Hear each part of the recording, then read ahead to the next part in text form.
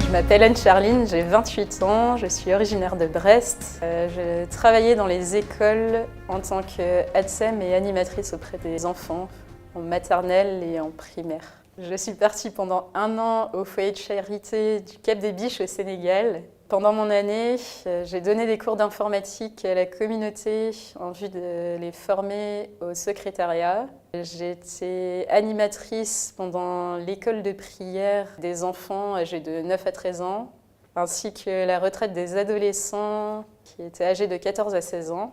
Je m'occupais aussi de l'animation liturgique pendant les retraites des adultes, les messes du dimanche. Ce qui m'a donné envie de partir, c'était de pouvoir vivre l'interculturalité, de découvrir un nouveau pays et un nouveau continent qui était l'Afrique, où j'aurais dû partir il y a une dizaine d'années en jamboree scout au Mozambique et ça ne s'était pas fait.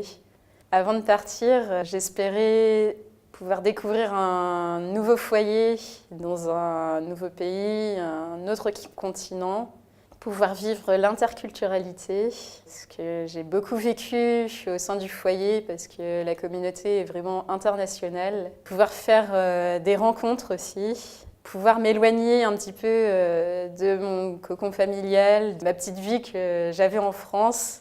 Pendant mon année, alors j'ai pu découvrir la différence entre le nord du Sénégal et le sud du Sénégal. Parce que j'ai eu l'occasion d'aller dans le 2e foyer du Sénégal, qui est à Sindone, en Casamance. Et c'était toute une autre vie. C'est un petit peu la vie que j'imaginais au Sénégal, avec des cases, une vie très fraternelle. Les habitants faisaient presque partie à part entière de la communauté. J'ai beaucoup rencontré de monde. Et au foyer du Cap des Biches, je vivrais autre chose.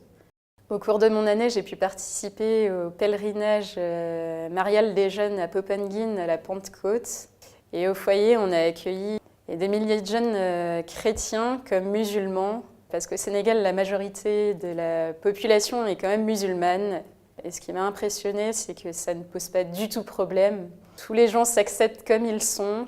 Quand les musulmans ou les chrétiens ont des fêtes, ils s'invitent les uns les autres. Ça m'a beaucoup touchée. Ce qui m'a aidée à vivre ma mission, je m'étais fixé des objectifs avant de partir. Donc j'avais pas mal d'attentes. J'étais accompagnée par ma tutrice en France et par la responsable du foyer qui me suivait tous les mois. Et je me rendais compte que j'avançais au cours de mon année. Alors, cette année m'aura beaucoup apporté au niveau de la prise d'assurance et de la confiance en moi.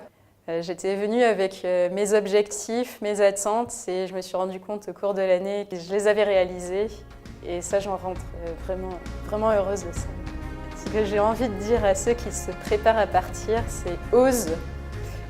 Tu reviendras sûrement transformé à ton retour. Et puis évidemment, bonne et belle mission.